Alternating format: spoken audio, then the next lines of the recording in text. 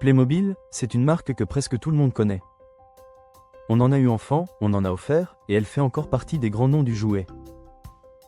Mais aujourd'hui, le marché a changé. Les enfants sont très attirés par le numérique, les parents sont plus exigeants sur l'écologie, et la concurrence innove à toute vitesse. Donc la vraie question, c'est, comment Playmobil peut rester un leader dans ce contexte? Pour y répondre, on va faire une analyse SWOT. Je vais te montrer ce qui fait la force de Playmobil, ce qui le fragilise, les opportunités qui peuvent relancer la marque et les menaces qui pèsent sur elle.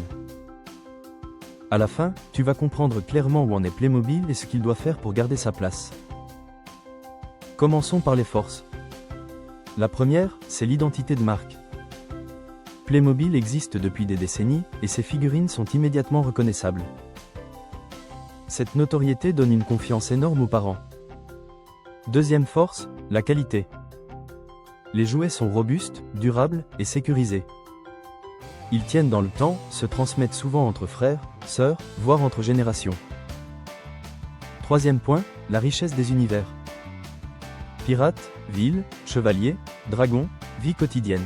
Les thèmes sont variés et permettent aux enfants d'inventer des histoires sans fin. C'est un jeu narratif, éducatif, qui stimule l'imagination et les interactions sociales. Et Playmobil couvre plusieurs âges, la gamme 1.2.3 pour les tout petits, puis des univers plus complexes en grandissant. Enfin, la marque a aussi renforcé son attractivité avec des licences et partenariats, comme Porsche, Volkswagen ou Audi, et une distribution très large en magasins et en ligne. Mais Playmobil a aussi des faiblesses internes. La plus importante, c'est sa dépendance au plastique. Aujourd'hui, ce matériau est critiqué, et ça pèse sur l'image écologique de la marque. Autre faiblesse, les prix.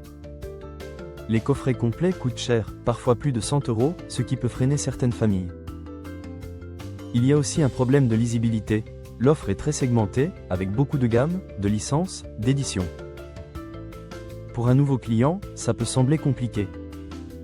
Et surtout, Playmobil garde une image un peu traditionnelle.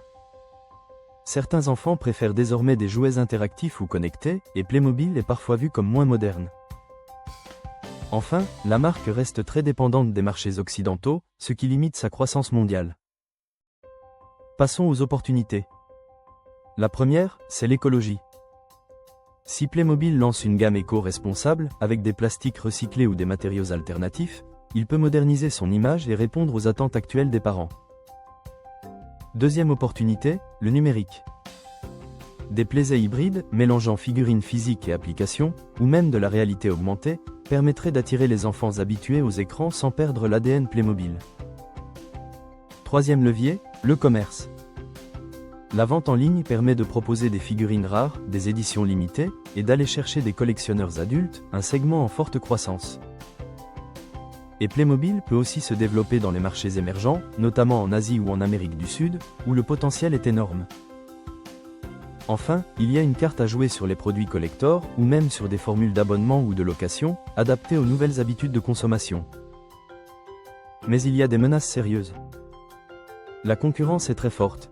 Lego, Mattel, Hasbro, Bandai investissent massivement dans l'innovation et sortent sans cesse des nouveautés.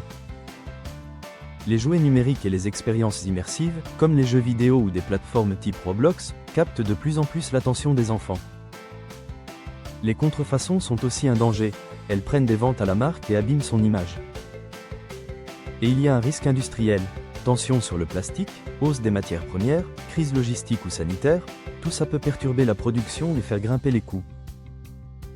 Enfin, les goûts des enfants évoluent très vite, ce qui rend l'avenir difficile à anticiper si la marque n'innove pas assez. En résumé, Playmobil a encore une vraie puissance, une marque iconique, une qualité reconnue, des univers riches et éducatifs, et une fidélité intergénérationnelle rare.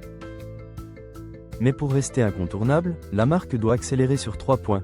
Réussir sa transition écologique, intégrer le numérique de façon intelligente, et élargir son marché au-delà de l'Occident. Si elle y arrive, Playmobil peut non seulement préserver sa place, mais aussi ouvrir un nouveau cycle de croissance dans un marché du jouet en pleine mutation. Si cette analyse t'a aidé, pense à t'abonner pour d'autres vidéos de révision. Et dis-moi en commentaire, selon toi, Playmobil doit-il rester fidèle aux jeux traditionnels, ou se transformer davantage pour suivre la nouvelle génération ?